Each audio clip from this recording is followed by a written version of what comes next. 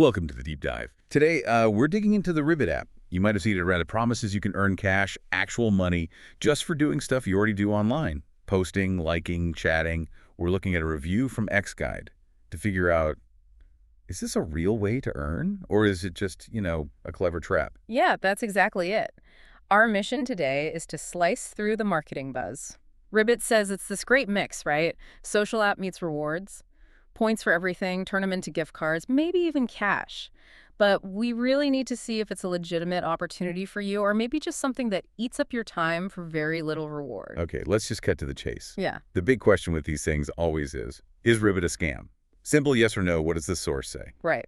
And the answer, maybe surprisingly, is no. According to XGuide, it's not technically a scam. The app does function. It works. It works. It gives out points like it says, and people do get payouts. Sometimes. Ah, okay, there's the sometimes. Yeah. So if it works, what's the catch? Because there's always a catch, right?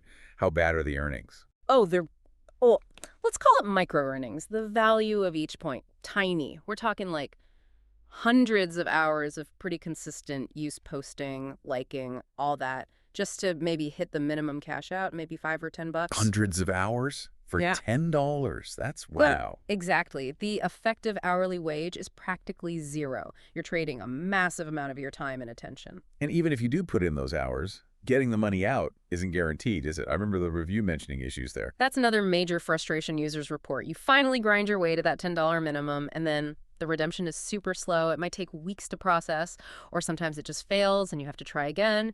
So add unreliability to the tiny earnings. Okay, so the money side sounds pretty bleak. Hmm. But it's supposed to be a social app too? Is it actually enjoyable to use, or does the whole earning thing make it weird? That's a great point.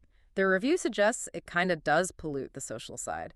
Because everyone's incentivized to just post a lot and chase likes for points, the actual feed can get really noisy, maybe less authentic than, other platforms. It feels more like a game designed to keep you hooked with that feeling of almost earning something rather than a genuine social space. Right, that makes sense. So if the reward is so small, you have to ask, what's the real currency here? What are you paying with? And the review mentioned data and privacy, didn't it? Bingo. That's the hidden cost. While you're busy chasing fractions of a penny, Ribbit is designed to collect data. Lots of it. Not just what you post, but how you engage, maybe even location stuff.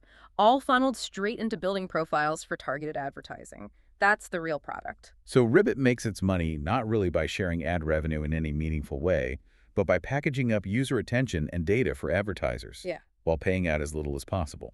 That sums it up pretty well. XGuide concluded it's okay for, quote, fun engagement with tiny rewards, but you absolutely should not go into it expecting any real income. If you're just curious, fine, but know the deal.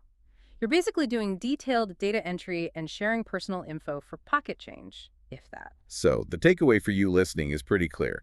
If you need to actually earn money, look elsewhere. This isn't going to be it. If you just want to check out a reward-based social app, understand you're trading very little cash potential for giving up quite a bit of your data.